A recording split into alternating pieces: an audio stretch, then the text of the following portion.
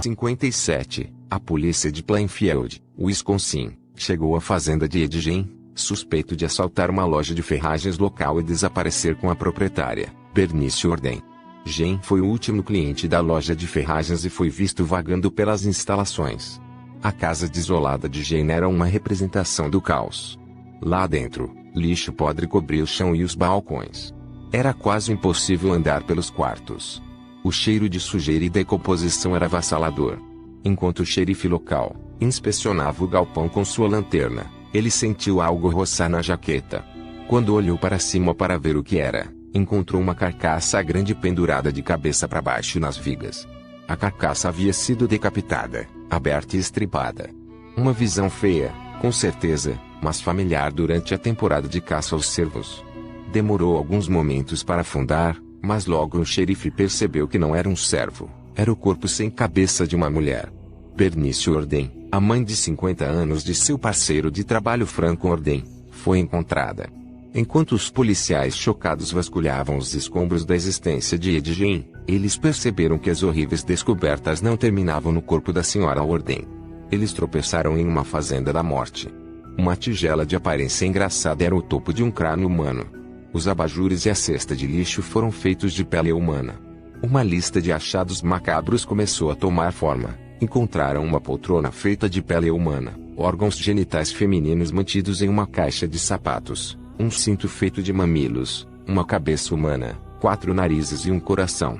Quanto mais eles olhavam pela casa, mais medonhos troféus eles encontravam. Acharam também um terno feito inteiramente de pele humana. Os estômagos dos policiais reviravam enquanto tentavam contar o número de mulheres que podem ter morrido nas mãos de Ed. Todo esse artesanato bizarro transformou em uma celebridade. Logo surgiram filmes inspirados em Ed, como Psicose e o Massacre da Serra Elétrica. Anos depois, Ed inspirou o personagem de outro serial killer, Buffalo Bill, em O Silêncio dos Inocentes. Como Ed, Buffalo Bill apreciava a pele das mulheres e usava-a como roupas em um tipo ritual em que se travestia. Como uma criança evolui para um Ed Gein? Um olhar mais atento à sua infância e vida doméstica fornece várias pistas. Edward Theodore Gein nasceu em 27 de agosto de 1906, filho de Augusta e George Gein em La Crosse, Wisconsin. Ele foi o segundo de 2 meninos nascidos do casal. O primeiro filho foi Henry, 7 anos mais velho que Ed. Augusta, uma mulher fanaticamente religiosa, estava determinada a criar os meninos de acordo com seu rigoroso código moral. Os pecadores habitavam o mundo de Augusta e ela instalava em seus filhos os ensinamentos da Bíblia diariamente. Ela advertia repetidamente seus filhos sobre a imoralidade e a pecados das mulheres, na esperança de desencorajar qualquer desejo sexual que os meninos tivessem, por medo de serem jogados no inferno. Augusta era uma mulher dominadora que acreditava que suas visões do mundo eram absolutas e verdadeiras. Não teve dificuldade em impor com força suas crenças sobre seus filhos e marido. George, um homem fraco e alcoólatra, não teve voz na criação dos meninos. De fato, Augusto desprezava e o via como uma criatura sem valor, incapaz de manter um emprego, muito menos de cuidar de seus filhos. Ela decidiu não apenas criar os filhos de acordo com as suas crenças, mas também sustentar a família financeiramente. Ela começou um negócio de supermercado em La Crosse no ano em que ele nasceu, e isso gerou uma quantia justa de dinheiro para sustentar a família de maneira confortável. Ela trabalhou duro e economizou dinheiro para que a família pudesse se mudar para uma área mais rural, longe da imoralidade da cidade dos pecadores que habitavam. Em 1914, eles se mudaram para Plainfield, Wisconsin, para uma fazenda de 195 acres, isolada de quaisquer influências malignas que pudessem perturbar sua família. Os vizinhos mais próximos estavam a quase 1/4 de milha de distância. Embora Augusta tenha tentado diligentemente manter seus filhos afastados do mundo exterior, ela não teve sucesso total porque era necessário que os meninos frequentassem a escola. O desempenho de Ed na escola foi médio, embora ele se destacasse na leitura. Foi a leitura de livros e revistas de aventura que estimulou a imaginação de Ed e permitiu que ele escapasse momentaneamente para seu próprio mundo. Seus colegas de escola evitavam Ed porque ele era afeminado e tímido. Ele não tinha amigos e, quando tentou fazê-los, sua mãe o repreendeu. Embora a oposição de sua mãe a fazer amigos entristecesse Ed, ele havia como referência de bondade e seguia suas rígidas ordens da melhor maneira possível. No entanto, Augusta raramente ficava satisfeita com seus filhos e frequentemente os abusava verbalmente, acreditando que eles estavam destinados a se tornarem falhos como pai. Durante a adolescência e no início da idade adulta, os meninos permaneceram separados das pessoas fora de sua fazenda e tinham apenas a companhia um do outro. Ele via seu irmão Henri como um trabalhador e um homem de caráter forte. Após a morte de seu pai, em 1940, eles assumiram uma série de empregos para ajudar a apoiar financeiramente a fazenda de sua mãe. Ele tentou imitar os hábitos de trabalho de seu irmão e os dois foram considerados confiáveis pelas pessoas da cidade. Eles trabalhavam com serviços manuais principalmente, mas Eddie costumava cuidar dos pequenos vizinhos. Era como babá que ele realmente gostava de trabalhar, porque as crianças eram mais fáceis de se relacionar com ele do que os adultos. Ele sofria de retardo social e emocional. Henry estava preocupado com o apego doentio de a mãe deles. Em várias ocasiões, Henry criticou abertamente a mãe, algo que chocou Ed. Ele via sua mãe como pura bondade e estava mortificado por seu irmão não a ver da mesma maneira. Possivelmente foram esses incidentes que levaram à morte prematura e misteriosa de Henry em 1944. Eles estavam combatendo um incêndio perto de sua fazenda. Segundo a polícia, os dois foram para direções diferentes, tentando apagar o incêndio. Durante a luta contra o fogo, anoiteceu e logo ele perdeu de vista seu irmão depois que o incêndio foi extinto. Ele supostamente ficou preocupado com o irmão desaparecido e entrou em contato com a polícia. A polícia então organizou uma equipe de busca e ficou surpresa ao chegar à fazenda, pois ele os levou diretamente ao Henry desaparecido, que estava morto no chão. A polícia estava preocupada com algumas das coisas em torno da morte de Henry. Por exemplo, Henry estava deitado em um pedaço de terra intocado pelo fogo e com hematomas na cabeça. Embora Henry tenha sido encontrado em circunstâncias estranhas, a polícia rapidamente descartou a hipótese. Ninguém podia acreditar que o tímido Ed fosse capaz de matar alguém, especialmente o irmão. Mais tarde, o médico legista do condado listaria asfixia como a causa da morte. A única pessoa viva que tinha era sua mãe e essa era a única pessoa que ele precisava. No entanto, ele teria sua mãe por um período muito breve. Em 29 de dezembro de 1945, Augusta morreu após uma série de problemas cardíacos. As bases de Ed foram abaladas com a morte dela. Ele havia perdido seu único amigo e um verdadeiro amor. E ele estava absolutamente sozinho no mundo. Ele permaneceu na fazenda após a morte de sua mãe e viveu com os escassos ganhos de trabalhos estranhos que ele realizou. Ele foi até os quartos do que sua mãe mais usava, principalmente no andar de cima. Ele os preservou como um santuário para ela e os deixou intocados pelos anos seguintes. Ele residia no nível mais baixo da casa, usando a área da cozinha e uma pequena sala localizada perto da cozinha, que ele usava como quarto. Era nessas áreas que ele passava seu tempo livre lendo revistas sobre mortes e histórias de aventura. Em outros momentos, ele mergulhava em seus hobbies bizarros, que incluíam visitas noturnas ao cemitério após a morte de sua mãe, e tornou-se cada vez mais solitário. Ele passava grande parte de seu tempo lendo livros de anatomia. Os quartos que ele habitava estavam cheios de periódicos sobre nazistas, caçadores de cabeças do Mar do Sul e naufrágios. Com suas leituras, Eddie aprendeu sobre o processo de encolher cabeças, exumando cadáveres das sepulturas e a anatomia do corpo humano. Ele ficou obcecado com essas histórias estranhas e costumava contar algumas delas para as crianças que cuidava. Ele também gostava de ler os jornais locais. Sua seção favorita eram os obituários. Era pelos obituários que Eddie ficava sabendo das recentes mortes de mulheres locais. Nunca tendo desfrutando da companhia do sexo oposto, ele saciava sua luxúria visitando sepulturas à noite. Embora mais tarde ele jurasse à polícia que nunca teve relações sexuais com nenhuma das mulheres mortas que ele exumava, segundo ele, cheiravam muito mal. Ele tinha um prazer particular em tirar a pele do corpo e usá-la. Ele estava curioso para saber como era ter seios e uma vagina e muitas vezes sonhava em ser mulher. Ele ficou fascinado com as mulheres por causa do poder e domínio que elas tinham sobre os homens. Ele adquiriu uma coleção de várias partes de corpos, algumas das quais incluíam cabeças preservadas. Em uma ocasião, um jovem garoto que ele cuidava visitou a fazenda. Mais tarde, ele disse que Eddie havia lhe mostrado cabeças humanas que ele mantinha em seu quarto. Ele alegou que as cabeças murchas eram dos mares do sul, relíquias dos caçadores de cabeças. Quando o garoto contou às pessoas sua experiência, sua história foi rapidamente descartada como uma invenção da imaginação do garoto. Então, um pouco mais tarde, o garoto foi justificado quando 2 outros jovens fizeram uma visita à fazenda de Edgen. Eles também tinham visto as cabeças preservadas das mulheres, mas pensavam que eram apenas estranhas fantasias de Halloween. Os rumores começaram a circular e logo a maioria das pessoas da cidade estava fofocando sobre os objetos estranhos que Ed supostamente possuía. No entanto, ninguém levou as histórias a sério até Bernice Orden desaparecer anos depois. De fato, as pessoas costumavam brincar com Ed sobre ter cabeças encolhidas e ele apenas sorria ou fazia referência a tê-las em seu quarto. Ninguém pensou que ele estava dizendo a verdade ou talvez eles simplesmente não quisessem acreditar que era verdade. Nos finais dos anos 40 e 50, a polícia de Wisconsin começou a notar um aumento nos casos de pessoas desaparecidas. Houve 4 casos que confundiram a polícia. A primeira foi a de uma garota de 8 anos chamada Georgia, que desapareceu da escola. Centenas de moradores e policiais revistaram uma área de 16 km² na esperança de encontrar a jovem garota. Infelizmente, Georgia nunca mais seria vista ou ouvida.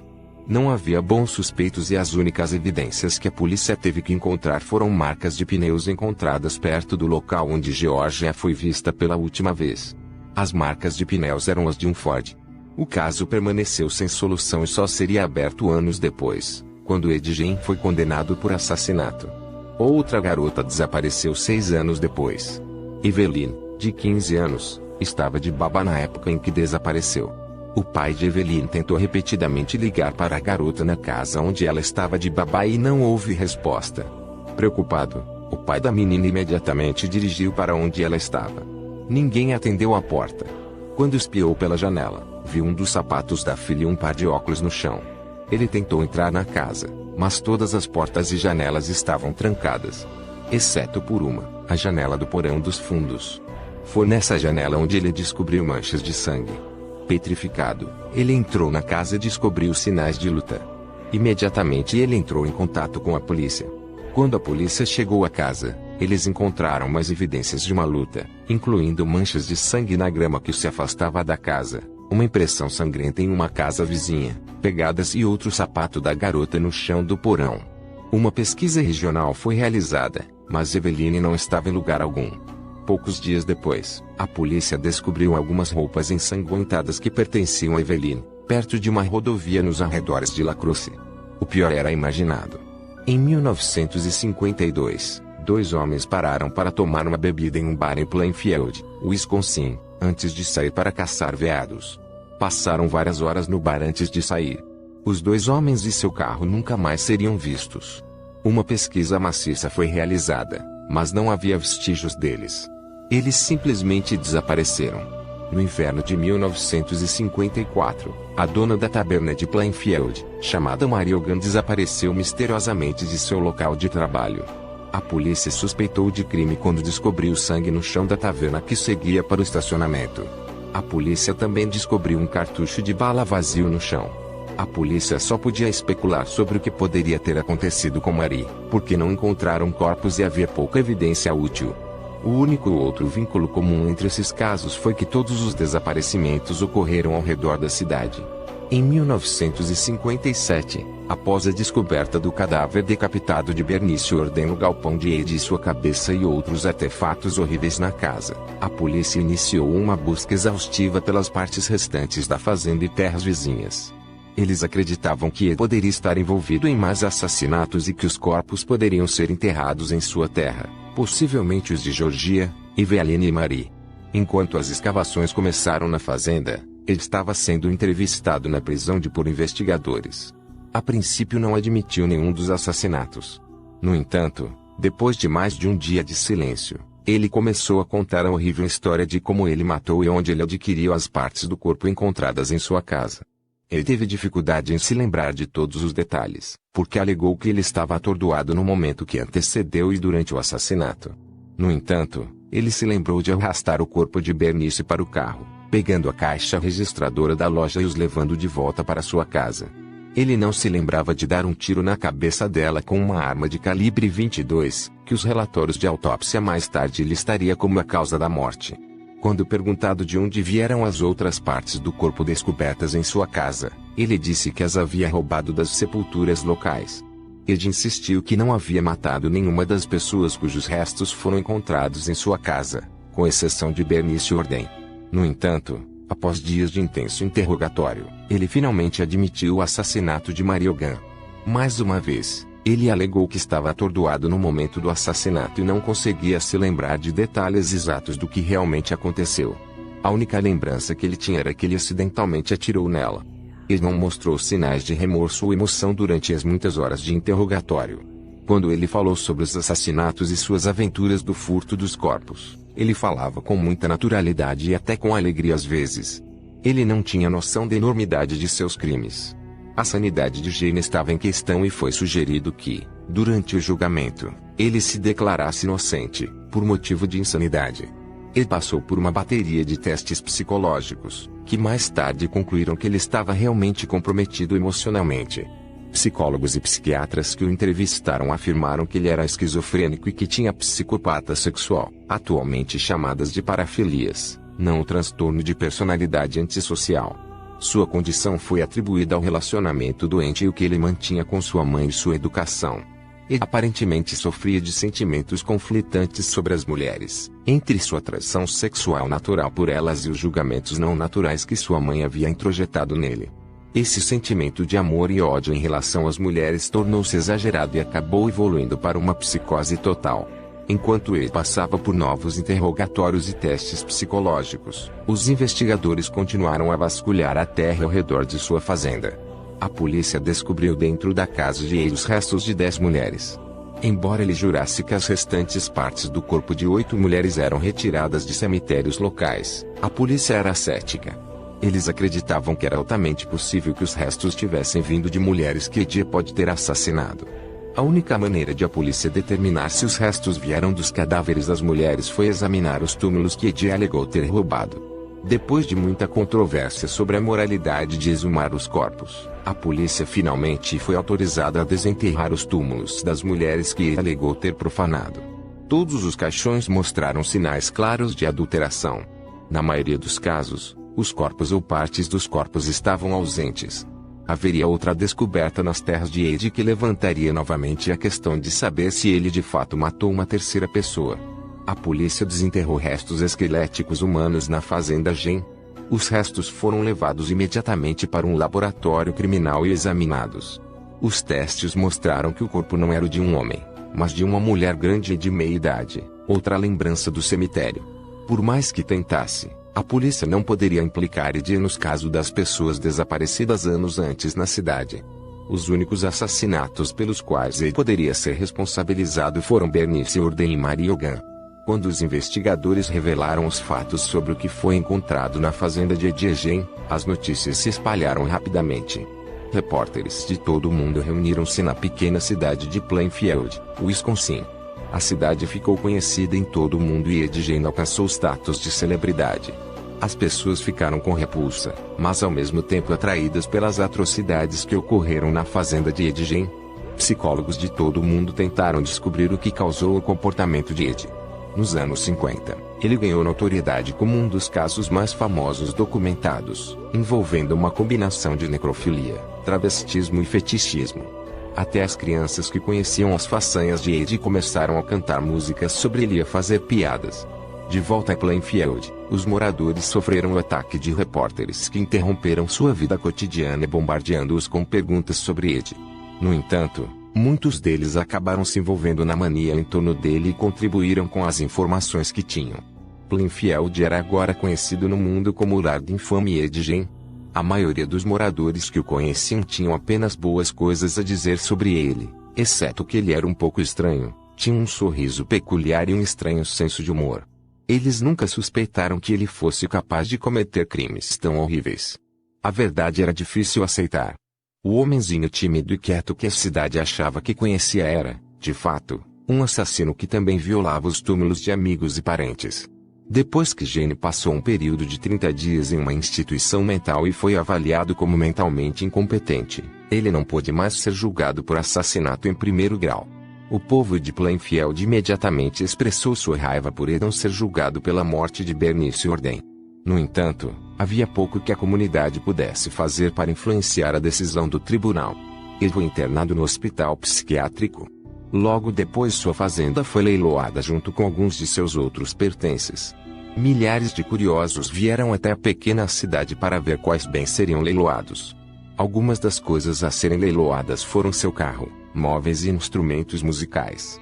A empresa que cuidava do leilão planejava cobrar uma taxa de 50 centavos para examinar as propriedades de Ed. Os cidadãos de Plainfield ficaram indignados. Eles acreditavam que a casa dele estava rapidamente se tornando um museu para os mórbidos e a cidade exigia que algo fosse feito para acabar com isso. Embora a empresa tenha sido proibida mais tarde de cobrar uma taxa de entrada no leilão, os moradores ainda não estavam satisfeitos. Em março de 1958, o corpo de bombeiros foi chamado para a fazenda de Ed. A casa dele estava pegando fogo. A casa queimou rapidamente, enquanto os observadores observavam em silêncio. A polícia acreditava que um incendiário era responsável pelo incêndio, porque não havia problemas de fiação elétrica na casa. Embora a polícia tenha realizado uma investigação completa, nenhum suspeito foi encontrado. Quando Ed soube da destruição de sua casa, ele simplesmente disse: "Tudo bem." Embora o fogo tenha destruído a maioria dos pertences de Ed, ainda havia muitas coisas que foram recuperadas. O que restava dos bens de Ed ainda seria leiloado, incluindo equipamentos agrícolas e seu carro. O sedã Ford de Ed usado para transportar cadáveres, causou uma guerra de lances e acabou sendo vendido por $760. O homem que comprou o carro depois o exibiu em uma feira do condado, onde milhares pagaram para dar uma olhada no carro fantasma. Parecia que o fascínio do público por Ed nunca terminaria. Depois de passar 10 anos na instituição mental em que estava se recuperando, os tribunais finalmente decidiram que ele era competente para ser julgado. O processo começou em 22 de janeiro de 1968, para determinar se Ed era culpado ou não pelo assassinato de Bernice Orden. O julgamento real começou em 7 de novembro de 1968. Ed olhou enquanto 7 testemunhas se posicionavam. Vários dos que testemunharam eram técnicos de laboratório que realizaram a autópsia na vítima. As evidências estavam pesadamente contra Ed e depois de apenas uma semana o juiz chegou ao seu veredicto. Ed foi considerado culpado de assassinato em primeiro grau. No entanto, como Ed foi considerado louco no momento do assassinato, mais tarde ele foi considerado inocente por motivo de insanidade e absolvido. Logo após do julgamento, ele foi escoltado de volta ao hospital. As famílias de Bernice Orden, Mary Hogan e as famílias daqueles cujas sepulturas foram roubadas nunca sentiriam que a justiça foi feita. Eles acreditavam que Ed escapou da punição que lhe era devida, mas não havia mais nada que eles pudessem fazer para reverter a decisão do tribunal. Ed permaneceria na instituição mental pelo resto de sua vida, onde passava seus dias feliz e confortavelmente. Foi descrito como o paciente modelo. Ele estava feliz no hospital, talvez mais feliz do que jamais estivera em sua vida. Ele se dava bem o suficiente com os outros pacientes. Ele estava comendo 3 refeições por dia. Os jornalistas ficaram impressionados com o quanto Ed parecia mais pesado desde sua prisão. Ele continuou sendo um ávido leitor. Ele gostava de conversar regularmente com os psicólogos da equipe e gostava do trabalho artesanal que lhe fora designado: polimento de pedras, fabricação de tapetes e outras formas de terapia ocupacional. No geral, ele era um paciente perfeitamente amável e dócil, um dos poucos no hospital que nunca precisou de medicamentos tranquilizantes para manter sua loucura sob controle. De fato, com exceção de certas peculiaridades, como a maneira desconcertante que ele encarava fixamente as enfermeiras ou quaisquer outras funcionárias que vagavam em sua linha de visão, era difícil dizer que ele era insano. Em 26 de julho de 1984, ele morreu após período com câncer. Ele foi enterrado no cemitério de Plainfield com sua mãe, não muito longe dos túmulos que ele havia roubado anos antes. Ironicamente, sua lápide foi roubada por um fã. Inscreva-se no canal, aperte no sininho de notificação se você gostou desse vídeo, curta, deixe seu comentário e compartilhe com seus amigos.